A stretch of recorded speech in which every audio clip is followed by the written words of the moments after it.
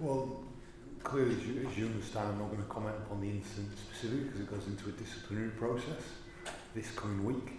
I think probably as every England fan feels is disappointment in the game today and the need to keep, I said it before, we want 15 players on the pitch for 80 minutes of every game, and you're playing the number one ranked side in the world in their stadium, and we got to 14 men. It becomes a very, very difficult task at that point in time.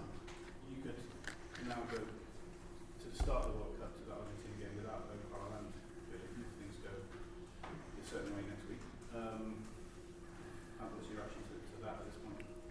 Well, I think there's a disciplinary process going to be going on this week, as we understand, and hopefully we'll find conclusion on both matters this week, and it won't go into another week. And then once I have all the facts, I'll deal with them. And obviously, so you probably have 2 hearings next week, so that will perhaps another layer of frustration.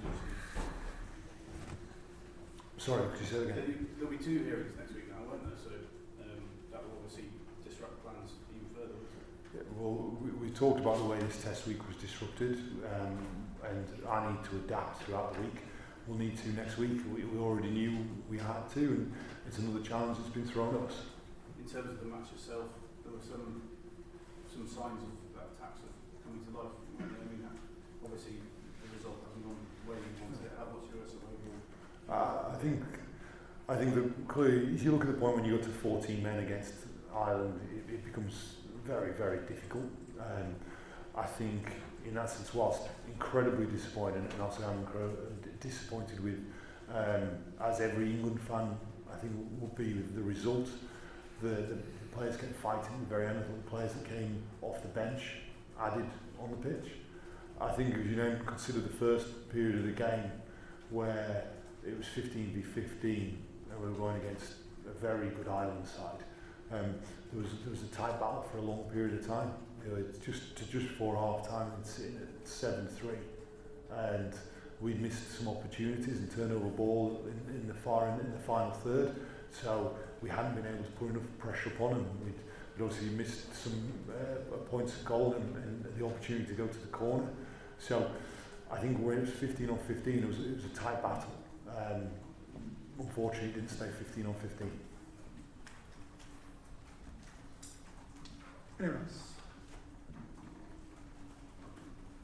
Steve, I understand you don't want to comment about the situation, but in terms of the high tackle work, player safety work you do, Kevin's talked about that a lot, hasn't he? I assume you still stand by all of that and wouldn't consider that isolated incidents would kind of undo all the work you've been doing. I think both Kevin and myself have gone on record many times and talked about how the importance of correct tackle skill is, and working on correct tackle skill, and how important player welfare is, and that's still where the approach we take.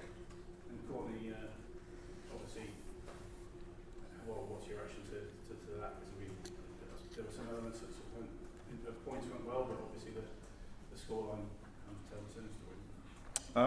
Yeah, I mean, it's obviously very disappointing.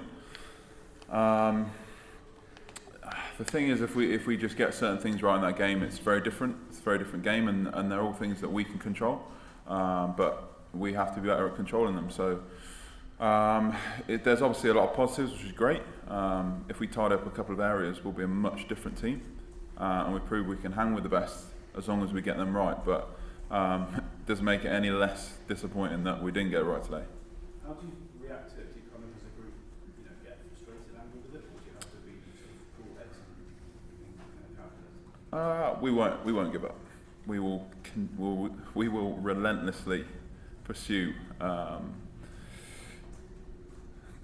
the betterment of our team, and that's all we can do. Steve, it's a couple of weeks now since the first game of the World Cup. How confident are you this will turn around between now and then?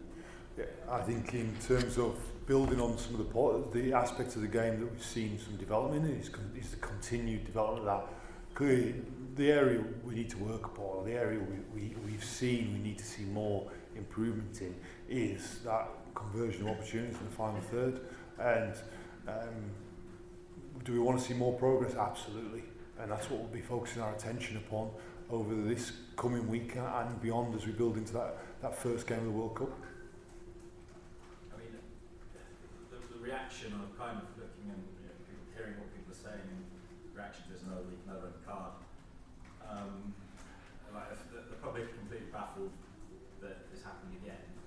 What's your message to them that things are on the right track or are going to improve in the World Cup? So I think the message, and I said, I'm sure every England supporter is disappointed, and I share that feeling with them, and I'm sure the players do also, because we want to ensure that, one, we win games, and we want to be in a position to win games, and then winning becomes a habit. So that's something we all share. Do we want 15 players on the pitch? Absolutely. Now, the specific incident today, that incident with Billy, I've not looked at again because I was more focused upon concentrating upon the game and what we needed to do with it. But it'll be very clear.